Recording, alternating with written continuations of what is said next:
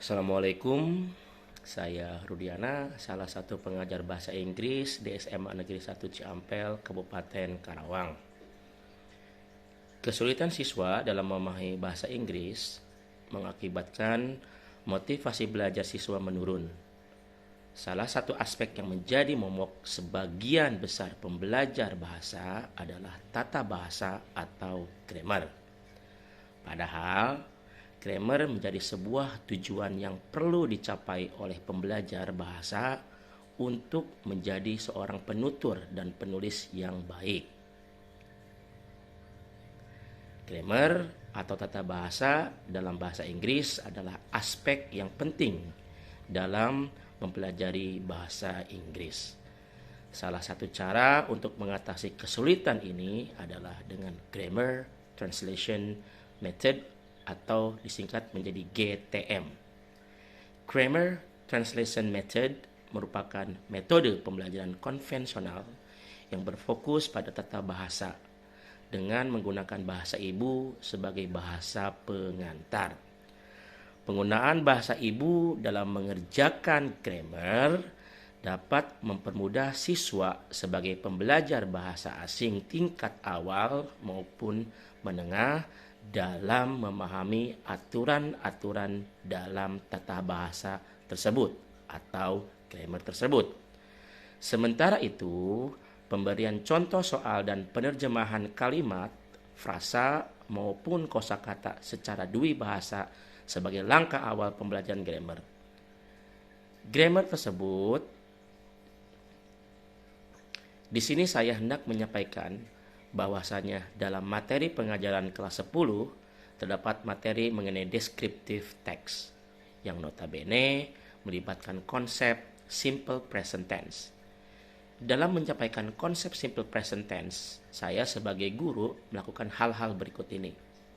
Pertama, sebagai perbandingan evaluasi, pembelajaran pretest dan posttest menggunakan model soal pilihan ganda. Kedua, setelah melakukan pretest, saya dominan menyampaikan materi tentang simple present tense pada hari pertama dan hari kedua dalam bahasa Indonesia. Dan ketiga, dalam proses belajar mengajar, saya menyuruh siswa untuk menerjemahkan beberapa kalimat dan kosakata dari bahasa Indonesia ke bahasa Inggris, begitupun sebaliknya. Selain itu, saya meminta siswa untuk memberikan contoh kalimat simple present tense dengan menulis maupun berbicara dalam bahasa Inggris. Keempat, sebagai latihan siswa mengerjakan latihan. Maksud saya sebagai latihan, siswa mengerjakan latihan soal isian dalam bahasa Inggris dan melengkapi latihan soal tersebut dengan kosakata yang benar dan sesuai dengan tata bahasa. Kelima, siswa mengulang kembali atau mereview materi secara sekilas sebelum post-test.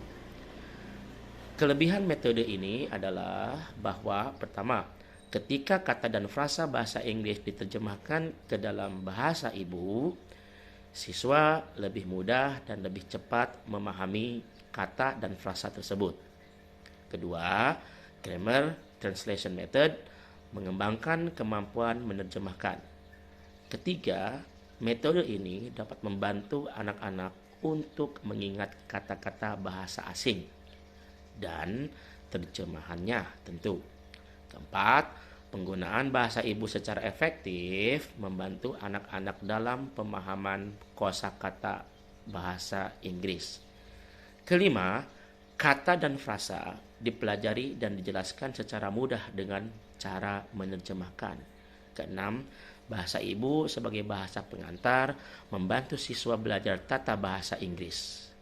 Ketujuh, guru dapat menguji dan mengetahui kemampuan pemahaman bahasa Inggris siswa.